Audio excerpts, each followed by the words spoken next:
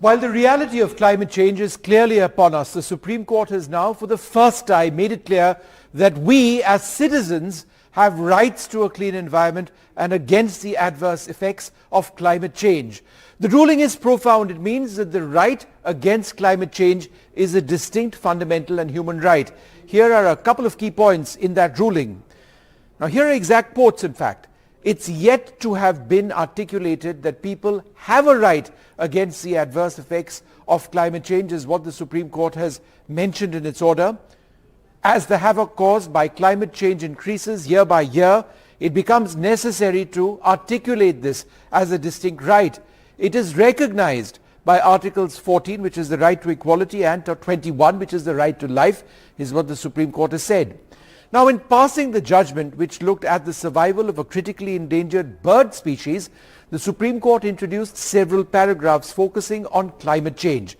Significantly, the court made a clear connection between climate change and the need for a clean, stable environment. The court said the right to health is impacted due to factors such as air pollution, shifts in vector-borne diseases, rising temperatures, drought, shortages in food supplies because of crop failure, storms and flooding. The inability of underserved communities to adapt to climate change or cope with its effects violates the right to life as well as to the right of equality. Finally, the Supreme Court made the point that when it comes to human rights, a violation to the right of a healthy environment has a clearly defined link to rights being impacted across domains. The right to health, the right to housing, the right to water, unequal energy access, it's all interconnected and needs to be seen in that way. All right, so that's a very important verdict by the Supreme Court. What are the implications of this? I'm joined by the petitioner, Dr. M.K. Ranjit Singh, Shadant Farasat, the advocate in the Supreme Court, and Afroz Shah, the lawyer and environmental activist. Thanks very much. Shadant, let me come to you first. How important is it for people in this country, for you and me, to actually say that my rights are being violated by air pollution, or my rights are being violated by climate change? We could talk about it, but we have legal basis now. What are the implications? Yeah, just two things. So the context in which this has come is that the great Indian bustard is the largest flying bird. And there was a earlier direction of the Supreme Court which said that overhead lines, that is electricity transmission lines, should not be put in an area in Western India where which is the habitat of these birds. So in the context of defining that habitat and partly restricting it, the court has examined this question.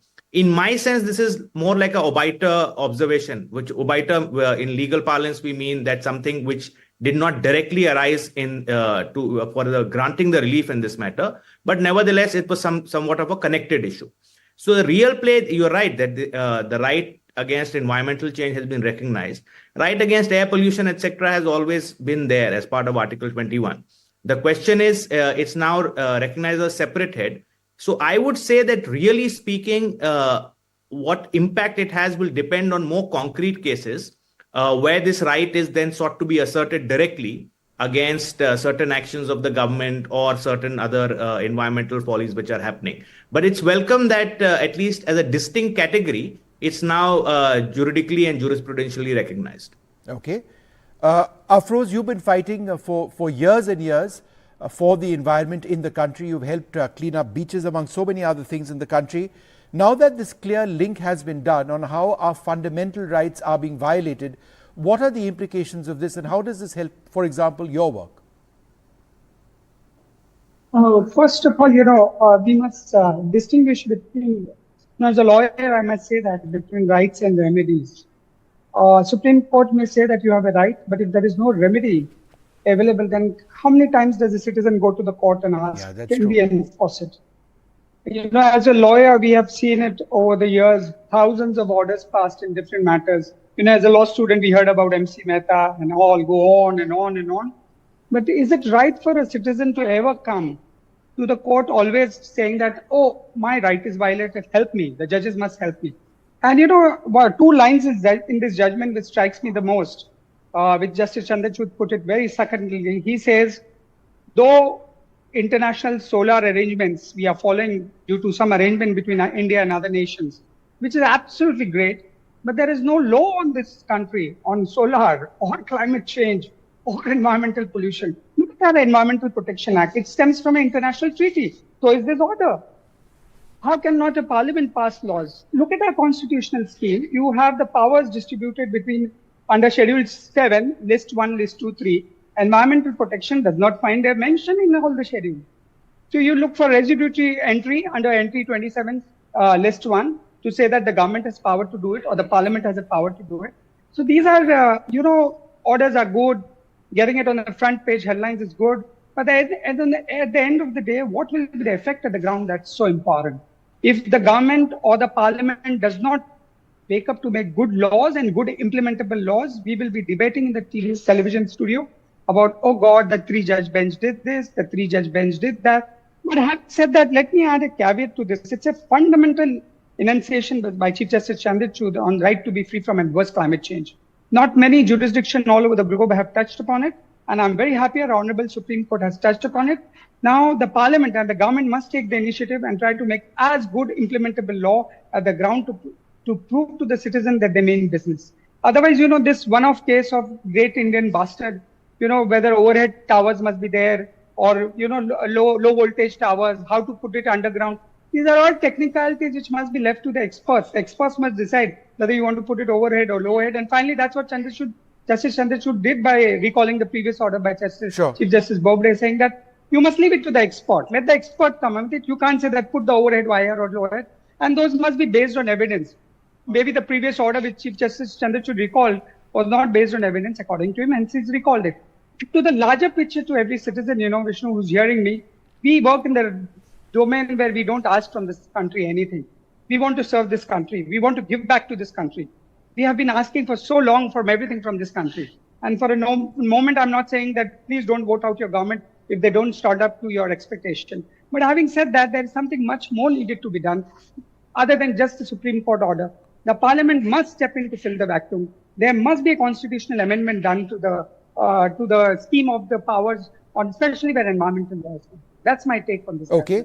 Dr. M.K. Ranjit Singh, in as much as it's welcome what the Supreme Court has done in actually putting a legal basis to some of the rights which we were otherwise losing, this is actually about a critically endangered bird species. Could you tell us about how this has been a battle that you fought for a very long period of time, and what are the implications for the great Indian bustard?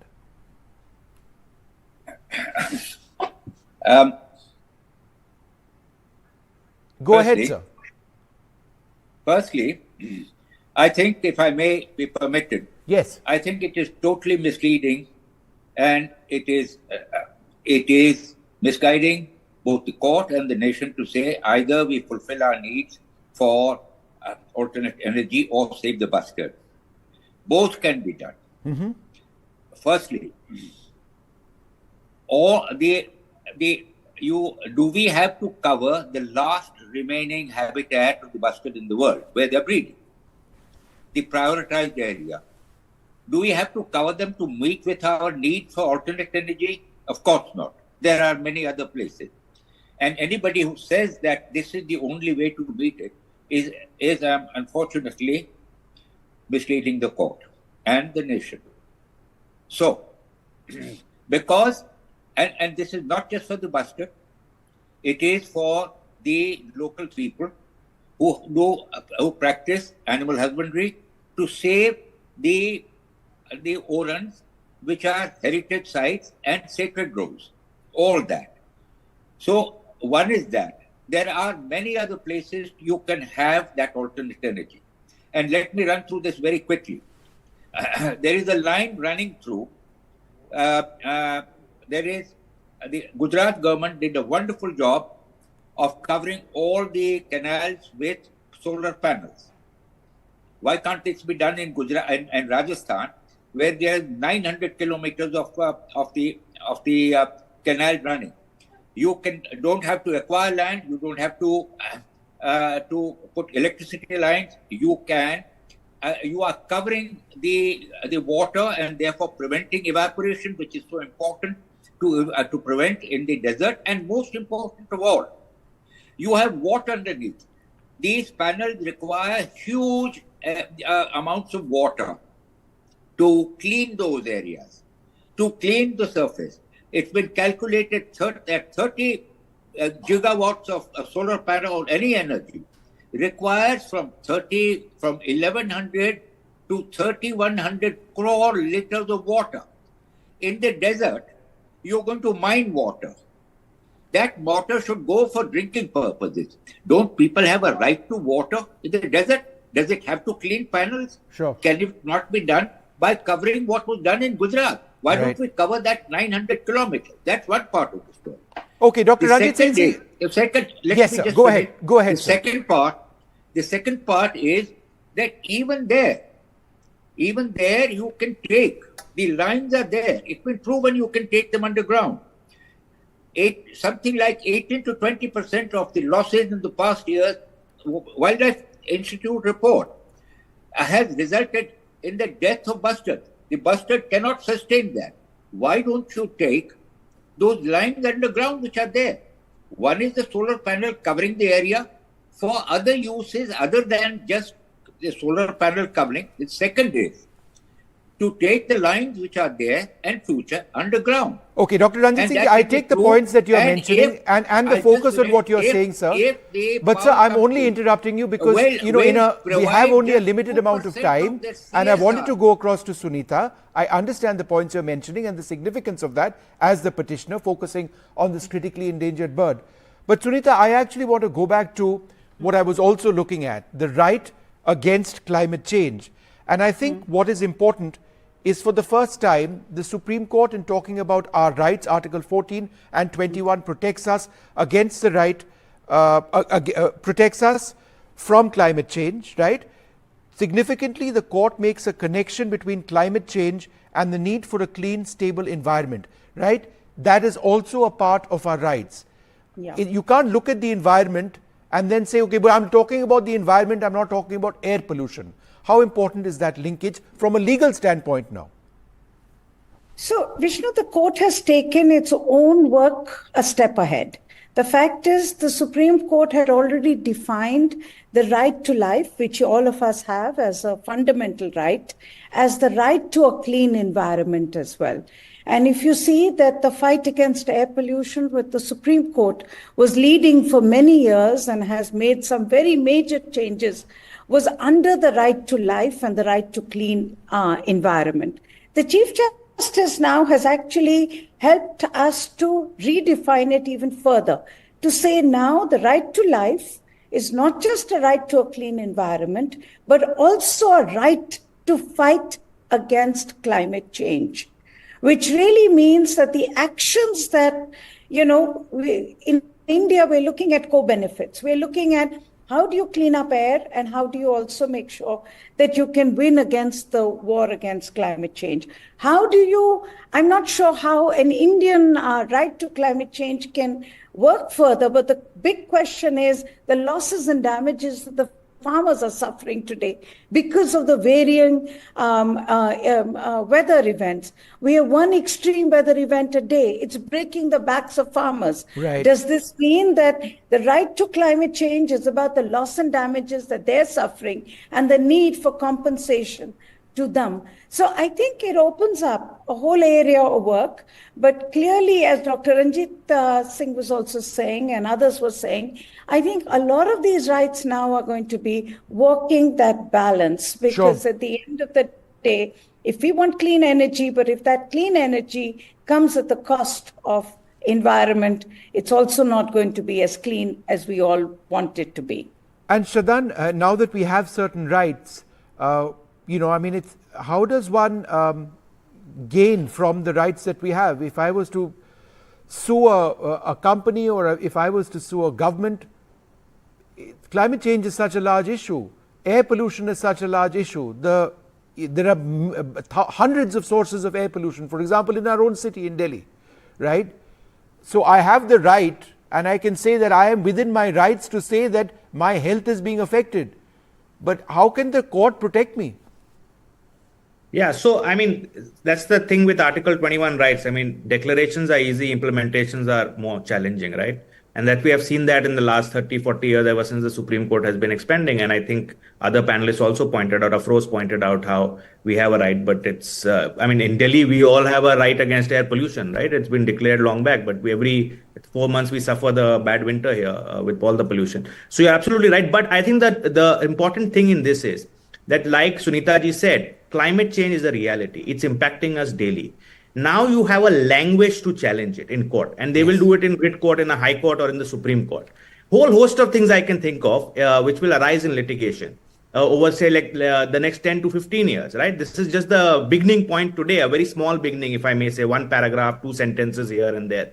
But it's a beginning point, and a lot of litigation will happen, right from, people losing their livelihood because of changed environments, or, coastal areas, how it's impacting island portions in within India, how the habitat of people is getting impacted. So all of those things can be litigated, and they will be litigated in a writ court, which is obviously more challenging because facts you have to prove and plead, and it has to be obvious case on facts. Even with the declared law, it has to be obvious case on facts to even succeed. But you will succeed in some. Sure. Maybe, if you file 10 cases, you will succeed in 3 and 4 and you lose on 6, because obviously this is not an absolute right. The court will also balance this right against other rights. Right? That's the way any exercise is done. But it's a good beginning point. The language for that challenge is now available to us. And I see a lot of potential litigation over an expanded period of time, because climate change will be at least the biggest challenge of our future life going forward. There's no doubt about that. I'd like to thank you all very much for being with us. Sunita, I know you had something to say. If you have something to say, you've got exactly 30 seconds. Yes or no, go ahead if you want.